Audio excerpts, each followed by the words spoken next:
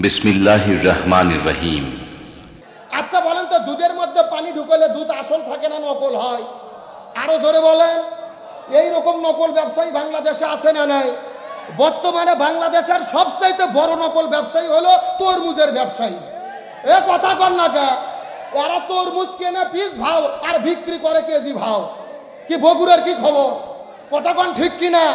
আমি তরমুজ ব্যবসায়িকদেরকে বলতে চাই, এই পৃথিবীতে সর্বপ্রথম কিন্তু তরমুজের ব্যবসা করতে ফিরাউন। এ কথা কন না কে? ইতিহাস ভুলে গেলে চলবে না। এই ফিরাউনকে যখন তার মালিক তরমুজ বিক্রি করতে দিত, ও কিন্তু পিস ভাও আর বিক্রি করতো কেজি ভাও। আজকে বাংলাদেশের একই অবস্থা, যেই তরমুজ 100 টাকা পিস কেনে 800 টাকা 1000 টাকা পিস বিক্রি করে। আরো জোরে বলেন। আমি তরমুজ ব্যবসায়িকদেরকে বলতে চাই, ফিরাউনের সঙ্গে আপনাদের তুলনা করলাম, মন খারাপ করবেন না। আল্লাহর কোরআন বলেছেন আল্লাহ ব্যবসাকে হালাল করেছে, সুদকে করেছে হারাম। আল্লাহর কোরআন রাসূল বলেছে যারা হালাল পথে ব্যবসা করে তারা আমার সঙ্গে জান্নাতে থাকবে। কিন্তু যারা ব্যবসার মধ্যে নেমে কায়দা করে জনগণের উপরে জুলুম করে, কেনে পিস ভাও বেচে কেজি ভাও, 10 টাকা 20 টাকা কেজি তরমুজ কিনে 80 টাকা কেজি লাগিয়ে দেয়, চিন্তা করে দেখো এ ব্যবসায়ীকেরা ফিরাউনের সঙ্গে তোমাদের হাসর নাসর হবে। মানুষের কি এক বিপদ রে ভাই। মন্ত্রী বলছে তোমরা কি করো, খেজুর বাদ দিয়ে বড়ি খাও, খেজুর বাদ দিয়ে পিয়ারা খাও। ওটা তাও জনগণ শোনেনি, অনেকে শুনেছে। এ খেজুর 800 টাকা কেজি, খাবো না, পানি দিয়ে ইফতার করব। কিন্তু মানুষের মনে বড় কষ্ট, সারাদিন রোজা থেকে একটু তরমুজ খেতে মন চায়, চাই কি চায় না? এখন তরমুজের যেই দাম, খাওয়া তো দূরের কথা, শুনতে গেলেও মনে হয় 10 টাকা কেজি ওদেরকে দিতে হবে। কথা কন না কে? এই জন্য তরমুজ ব্যবসায়ীদেরকে বলবো ভালো করে ব্যবসা করেন, জনগণের উপরে জুলুম করেন না, আল্লাহর কাছে জবাবদিহি করতে হবে। এ বগুড়ার মুসলমান, আমরা আল্লাহকে ভয় করি কি করি না? আরো জোরে বলেন। কারা কারা আল্লাহকে ভয় করি? দুটি হাত আল্লাহকে তুলে দেখান। লিল্লাহে তাকবীর। এ বগুড়ার মুসলমান, কথাগুলো সুন্দর করে বোঝার চেষ্টা করবেন। আমি যেই প্রশ্ন করি উত্তর দেওয়ার চেষ্টা করবেন। এ বগুড়ার মুসলমান, চিৎকার করে বলেন তো দেখি, আপনাদের গ্রামের ভেতরে একটা গ্রামের মধ্যে মসজিদ আছে, ওই মসজিদের মধ্যে কমপক্ষে 300 মুসল্লি, অথচ ফজরের সময় দেখা যায় মুয়াজ্জিন যখন আজান দেয়, মুয়াজ্জিন আর ইমাম ছাড়া 4 জন মুসল্লি নামাজ পড়ে, আর পুরো গ্রামের লোক নামাজ পড়ে না। আরো জোরে বলেন। কথাগুলো সুন্দর করে বোঝার চেষ্টা করবেন। এই যে সেই লোকটা ফজরের নামাজ পড়ে না, মনে করেন এই লোকের বিরুদ্ধে আপনাদের বগুড়া সদর থানার মধ্যে হয়েছে মামলা। একটা মামলা হওয়ার পরে পরের দিন সকালবেলা, পরের দিন রাতের 3টার দিকে পুলিশের গাড়ি বের হওয়ার পরে এরুলিয়া বাজারের মধ্যে ঢোকার পরে চকপাড়া গ্রামের মধ্যে আসতেছে। ওই এরুলিয়া বাজারের মধ্যে থেকে একজন ফোন করেছে টেলিফোনে যে গ্রামের মধ্যে কিন্তু পুলিশের গাড়ি ঢুকেছে। ওই যে সেই লোকটা, লোকের বিরুদ্ধে মামলা আছে, ওই লোক ফজরের আজান শোনার পরে মসজিদে যায় না, অথচ যেই সময় শুনেছে পুলিশের গাড়ি ঢুকেছে। আমি আপনাদের জিজ্ঞেস করতে চাই, বগুড়ার মুসলমান, এই লোকটা ঘরের মধ্যে শুয়ে থেকে ঘুম পারবে নাকি ঝাড়ে দৌড় মারবে? আরো জোরে বলেন।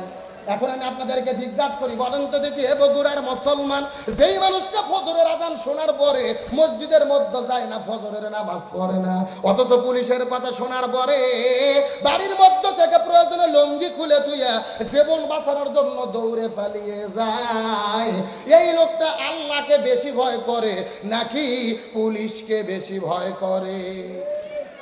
এ কথা কন না কে? তাহলে এইরকম ভয় দিয়ে কি মুত্তাকি হওয়া যাবে? আল্লাহ বলেন ওয়াত্তাকুল্লাহ হাক্কা তুকাতিহি, ভয় করো, ভয় করার মতো সাধারণ ভয় করলে হবে না। প্রকৃত ঈমানদার যারা হবে প্রয়োজনে জীবন দেবে, ফাঁসির দড়িতে ঝুলবে, বাতিলের কাছে মাথা নত করবে না। এইরকম ভয় করার দরকার আছে না নাই? কিন্তু এইরকম ভয় কি আমরা করি? আমার প্রিয় বন্ধুগণ, মুসলমান ভাইরা, গভীর মনোযোগ। আল্লাহর ভয় আমাদের কলিজার মধ্যে নেই, কোরআনের সঙ্গে আমাদের সম্পর্ক নেই। এই যে রমজান মাস আমাদের মধ্যে এসেছে, কোরআনের সঙ্গে সম্পর্ক রাখার দরকার আছে না নাই? আর কোরআনের সঙ্গে যারা সম্পর্ক রাখে তাদের সম্মানকে বৃদ্ধি করে দেয় কে? কোরআনের পক্ষে থাকলে যে আল্লাহ তাআলা সম্মান দান করে, তার বাস্তব প্রমাণ গতকালকে আপনারা দেখেছেন। বাংলাদেশের মধ্য থেকে এমন একজন ব্যক্তি বিদায় নিয়ে চলে গেল, সেই পিএইচপি কোরআনের আলোর চেয়ারম্যান, সম্মানিত চেয়ারম্যান, যার নাম মাওলানা শেখ আবু ইউসুফ। যিনি বাংলাদেশের ভেতরে কোরআনের পক্ষে থাকার পরে তিনি গতকালকে বিদায় নিয়ে চলে গেছে। তার মৃত্যুর পরে তাম পৃথিবীর 200 কোটি বাংলা ভাষাভাষী মানুষেরা তার জন্য চোখের পানি ফেলে দোয়া করতেছে, বলেন আল্লাহু আকবার। তার কারণ কি? তাকে সম্মান করার কারণ কি? এই যে শেখ আবু ইউসুফ, শায়েখ আবু ইউসুফ, একে মানুষ ভক্তি করার কারণ হলো এই ব্যক্তির ইসলামের ক্ষেত্রে কি অবদান রেখেছে মানুষের জানা দরকার। এই শায়েখ আবু ইউসুফ এমন একজন ব্যক্তি যিনি বাংলাদেশের সর্বপ্রথম স্যাটেলাইট টেলিভিশনগুলোর ভেতরে হাফেজদেরকে ধরে এনে কোরআন তিলাওয়াতের মাধ্যমে তাম পৃথিবীর ঘরে ঘরে কোরআনের আলো ছড়িয়ে দিয়েছেন, বলেন আল্লাহু আকবার। যিনি স্যাটেলাইট টেলিভিশনের মধ্যে হাফেজদেরকে ধরে এনে কোরআন তিলাওয়াতের মাধ্যমে কোরআনের আলোকে ছড়িয়ে দিয়েছেন, এই জায়গার মধ্যেই শেষ নয়, প্রত্যেকটা পিতা মাতাকে সন্তানকে হাফেজ করার জন্য উৎসাহ দিয়েছেন।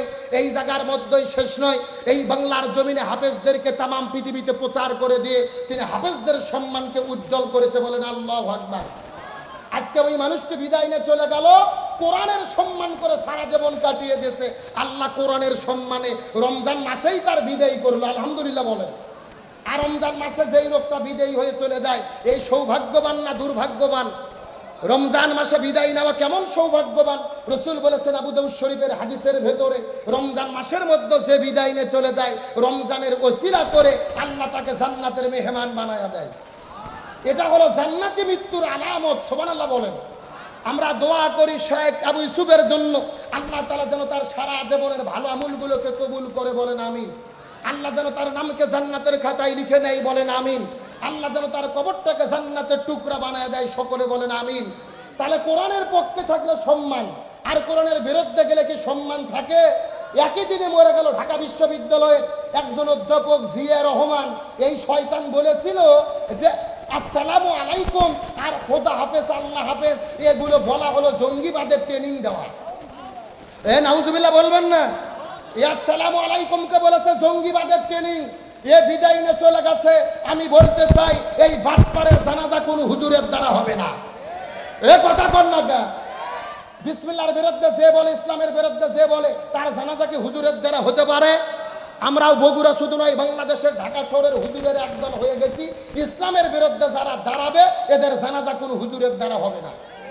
আর আমরা যদি একদল হই, ওরা কিছু করতে পারবে? পারবে না। তার বাস্তব প্রমাণ গত 4 বছর আগে বাংলাদেশের একজন সব্যসাচী কবি শামসুর রহমান, এই শয়তান মরার আগে বলেছিল যে ফজরের যখন আজান দেয় মনে হয় ব্যবসা তার খরিদ্দারকে ডাকতেছে। জোরে বলেন নাউজুবিল্লাহ। এ মরে যাওয়ার পরে আমরা ঢাকা শহরে সবাই একদল হয়েছি, আর জানাজা কেউ পড়বো না। পুলিশ যে তাকে বড় মসজিদের ইমাম আগে বলে চলে গেছে, কিন্তু মসজিদ আছে জোর করে ধরে নিচ্ছে নামাজ পড়ানোর জন্য। মসজিদ নামাজও পড়াইছে। নামাজ পড়ার পরে জিজ্ঞেস করলাম, ভাই মসজিদ তুমি নামাজ পড়াইলা কেন? মসজিদ বলছে যে টেনশন করো না, পেশাব পায়খানা করে ওযু করিনি, দোয়াও করিনি, বিনে ওযুতে বিনে দোয়াতে মার দিছি। তার কারণ হলো উস্তাদের মার। এ জোরে কোন উস্তাদের মার? তোমরা সারা জীবন হুজুরদেরকে জেলে বন্দি করবা, আলেমদের ঘাড় মটকে দেবা, বিসমিল্লাহকে জঙ্গিবাদের চর্চা বলবা, আর তোমরা মরার পরে আমরা জানাজা পরে জান্নাতে ঢুকে দেব। ওই ধান্দা বাদ দাও। জোর করে নিয়ে যাবে নামাজ পড়ানোর জন্য, আল্লাহু আকবার বলে চুপ করে থাকবো, কোনো দোয়া করবো না, ফাটা বাটাম। এ কথা কোন? কোন ইসলাম বিদ্বেষীর দ্বারা আলেম ওলামা তাদের জানাজা পড়বে? তাহলে চিৎকার করে বলেন ভয় করতে হবে কাকে? আরো ধরে বলেন। এ বগুড়ার মুসলমান গভীর মনোযোগ, সময় যেহেতু কম, বেশিক্ষণ আপনাদেরকে ব্যাখ্যা দিতে পারবো না, তবে মূল কথাটা বলার পর আপনাদের মধ্য থেকে বিধানে চলে যাব। আল্লাহর ভয় কাকে বলে? অর্ধ পৃথিবীর খলিফা আমিরাল মুমিনিন খলিফাতুল মুসলিমিন যখন অর্ধ পৃথিবীর খলিফা হয়ে গেলেন, এইরকম একদিন রমজান মাসে ঘর থেকে বের হওয়ার পর, গভীর রজনীতে ঘর থেকে বের হওয়ার পরে তার দেশের মধ্যে, রাজ্যের মধ্যে, গ্রামের মধ্যে ঘুরে ঘুরে বেড়ায় গরিব দুঃখীদের খবর নেওয়ার জন্য। এইরকম ওমর ফারুক ঘুরতে ঘুরতে লক্ষ্য করে দেখতে পারে একটা ঘরের মধ্যে থেকে 2 জন মহিলার কণ্ঠে সাউন্ড পাওয়া যায়। একজন হলো বৃদ্ধ মহিলা, আর একটা হলো হলো যুবতী মেয়ে। এই বৃদ্ধ মহিলাটা যুবতী মেয়েটিকে ডাক দে বলে, মারে প্রতিদিন দুধ দহন করার পরে বালতিটা ভরে যায়, আজকে কি দুধের বালতিটা ভরেছে নাকি? মেয়ে ডাক দে বলে, মা প্রতিদিন দুধের বালতি ভরে, আজকে তো দুধের বালতি ভরে নাই, এখন আমি কি করব আপনার কাছে জানতে চাই। মা ডাক দে বলে, মেয়ে রে দুধের বালতি যদি না ভরে তাহলে তো বাজারে বিক্রি করতে গেলে দাম কম হবে, দুধের বালতিটা ভরতে হবে। এখন তোমাদের কাছে যে এই কথা বলি মনোযোগ দিয়ে শুনে না, ওরে মেয়ে রে ওই দুধটা বিক্রি করার আগে ওই বালতির দুধের ভেতরে তুমি কিছু পানি ঢুকাইয়া দাও। যেরকম সুবহানাল্লাহ, কি এ যেরকম নাউজুবিল্লাহ। আচ্ছা বলেন তো, দুধের মধ্যে পানি ঢুকালে দুধ আসল থাকে না নকল হয়? আরো জোরে বলেন। এইরকম নকল ব্যবসায়ী বাংলাদেশে আছে না নাই? বর্তমানে বাংলাদেশের সবচাইতে বড় নকল ব্যবসায়ী হলো তরমুজের ব্যবসায়ী। এ কথা কর না কে, এরা তরমুজ কেনে পিস ভাও আর বিক্রি করে কেজি ভাও। কি বগুড়ার কি খবর? কথা কন ঠিক কিনা? আমি তরমুজ ব্যবসায়িকদেরকে বলতে চাই, এই পৃথিবীতে সর্বপ্রথম কিন্তু তরমুজের ব্যবসা করতে ফিরাউন। এ কথা কর না কে, ইতিহাস ভুলে গেলে চলবে না। এই ফিরাউনকে যখন তার মালিক তরমুজ বিক্রি করতে দিত, ও কিন্তু পিস ভাও আর বিক্রি করতো কেজি ভাও। আজকে বাংলাদেশের একই অবস্থা, যেই তরমুজ 100 টাকা পিস কেনে 800 টাকা 1000 টাকা পিস বিক্রি করে। আরো জোরে বলেন। আমি তরমুজ ব্যবসায়িকদেরকে বলতে চাই, ফিরাউনের সঙ্গে আপনাদের তুলনা করলাম, মন খারাপ করবেন না। আল্লাহর কোরআন বলেছেন আল্লাহ ব্যবসাকে হালাল করেছে, সুদকে করেছে হারাম। আল্লাহর কোরআন রাসূল বলেছে যারা হালাল পথে ব্যবসা করে তারা আমার সঙ্গে জান্নাতে থাকবে, কিন্তু যারা ব্যবসার মধ্যে নেমে কায়দা করে জনগণের উপরে জুলুম করে, কেনে পিস ভাও বেচে কেজি ভাও, 10 টাকা 20 টাকা কেজি তরমুজ কিনে 80 টাকা কেজি লাগিয়ে দেয়, চিন্তা করে দেখো এ ব্যবসায়ীকেরা ফিরাউনের সঙ্গে তোমাদের হাসর নাসর হবে। মানুষের কি এক বিপদ রে ভাই। মন্ত্রী বলছে তোমরা কি করো, খেজুর বাদ দিয়ে বড়ি খাও, খেজুর বাদ দিয়ে পিয়ারা খাও। ওটা তাও জনগণ শোনেনি, অনেকে শুনেছে। এ খেজুর 800 টাকা কেজি, খাবো না, পানি দিয়ে ইফতার করব। কিন্তু মানুষের মনে বড় কষ্ট, সারাদিন রোজা থেকে একটু তরমুজ খেতে মন চায়, চাই কি চায় না? এখন তরমুজের যেই দাম, খাওয়া তো দূরের কথা, শুনতে গেলেও মনে হয় 10 টাকা কেজি ওদেরকে দিতে হবে। কথা কন না কে?